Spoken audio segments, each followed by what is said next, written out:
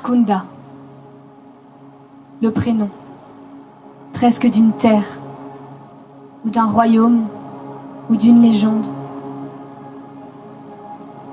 C'est le prénom de la femme afghane, lynchée par la foule, filmée, puis jetée au fleuve Kaboul, dépecée et brûlée il y a une semaine.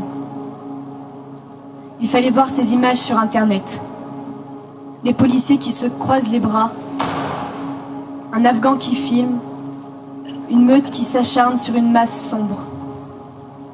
La femme accusée d'avoir brûlé un Coran. Farkunda.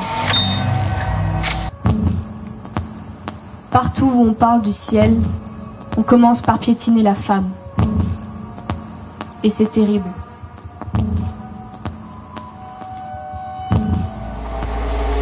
On tente d'imaginer ses derniers moments, sa douleur sous le piétinement, ses cris, sa sombre solitude.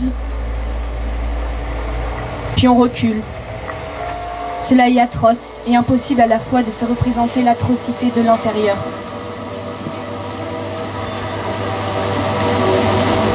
De la rage au cœur alors. Presque. De la haine pour ce peuple. Il fallait voir ces images et cet ordre d'animaux qui s'est abattu sur elle au nom d'un livre ou d'un dieu.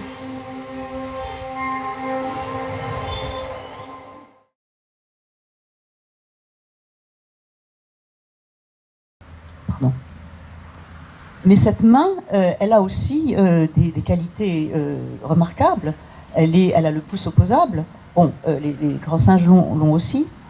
Mais en rapport avec cette verticalité et le développement de notre cerveau, eh bien la main nous rend capables de choses extraordinaires qui tiennent à la création, qui tiennent à la fabrication, qui tiennent à toutes sortes d'usages qui vont nous permettre de fabriquer des objets hors de nous, qui ne sont pas dans notre corps et qui agissent sur le monde. On regarde le ciel. Et le soir, on est fasciné. J'ai passé un temps de ma vie, j'étais il y a longtemps de ça, au Sahara, et le soir c'est extraordinaire. Le ciel du Sahara, c'est les étoiles, extraordinaire.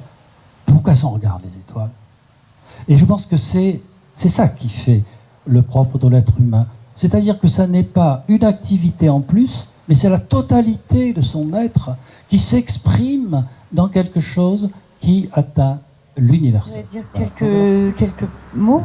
D'abord, c'est très juste de reconnaître cette attention aux plus faibles, et même avec les quelques rares vestiges que nous avons, il y a des signes que pendant la durée des temps préhistoriques, paléolithiques, des individus qui étaient blessés fortement au point de ne pouvoir se mouvoir et se subvenir à leurs propres besoins, ou qui étaient carrément infirmes, ont pu survivre et donc ont été certainement entourés, soignés par le groupe.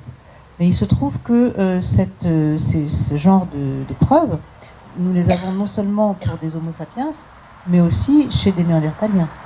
À Chanidar, il y a toute une série de sépultures, dont une en particulier d'un individu qui avait été très fortement atteint par des blessures et qui ne pouvait certainement pas se survivre tout seul, enfin se subvenir à ses besoins seul. Il y a plusieurs exemples chez l'homme de Néandertal. Alors cela, ça pose...